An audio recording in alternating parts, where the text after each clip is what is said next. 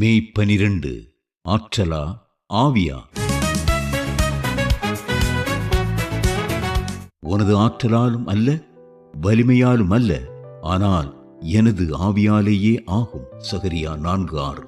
வெறும் புயபலத்தினாலும் அனுபவத்தினாலும் திறமைகளினாலும் தாங்குவோரை நம்பியுமே பெரும்பாலும் இந்நாட்களில் திருப்பணிகள் நடத்தப்படுகின்றன.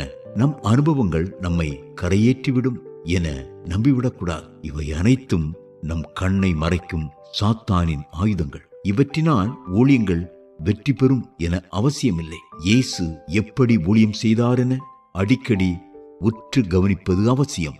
இயேசு தூய ஆவியானவரை சார்ந்திருந்தார். மருத்துவனும் சரித்திர ஆசிரியனுமாகிய லூக்கா எழுதியது, இயேசுவை கடவுள் தூய ஆவியினாலும் பலத்தினாலும் அபிஷேகம் செய்தார். அவர் நன்மை செய்கிறவராய் சுற்றித் திரிந்தார்.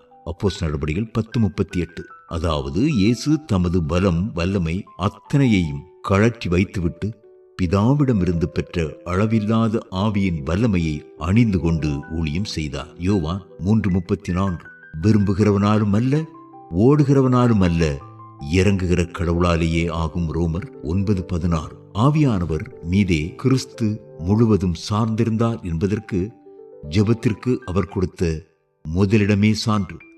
40 மாத ஊழியத்திற்கு முன் 40 நாட்கள் உபவாசித்து ஜெபித்தார். ஆவியின் பலத்தோடு வனாந்திரத்தில் இருந்து வெளிவந்தார். லூக்கா 4:14. இன்றோ இறையியல் பட்டமானது வனாந்திர அனுபவத்திற்கு பதிலாகிவிட்டது. நாம் அதிகம் சாதிக்காதிருப்பதில் ஆச்சரியமில்லை. எங்கும் அவர் புகழ் பரவி பெருங்கூட்டம் அவரை கேட்கவும் அவரால் குணமடையவும் நெருங்கி நின்ற போதும் அவரோ வனாந்திரத்தில் தனியாக சென்று ஜெபித்துக் கொண்டிருந்தார். லூக்கா 5:15 மற்றும் 16.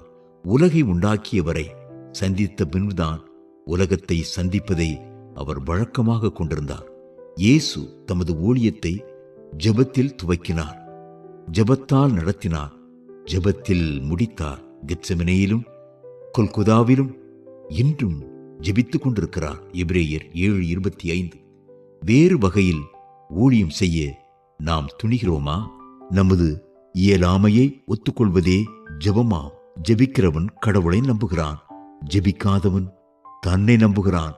போதுமென்று இருக்கிறவன் ஜெபிப்பதில்லை, திருப்தி அடைந்திருக்கிறவன் ஜெபிக்க மாட்டான். சுயநீதிக்காரன் ஜெபிக்க முடியாது என்று எழுப்புதல் தாமதிப்பது ஏன் என்ற நூலில் லியோனார்ட் ரேவன்ஹில் எழுதியுள்ளார். உம்மால் அன்றி என்னால் ஆகும் என்று சொல்ல ஒன்றுமில்லை. பலமும் அல்ல, பராக்கிரமும் அல்ல, உமது ஆவியால்தான் ஆகணும் தேவா. வி. Hezekiah Francis.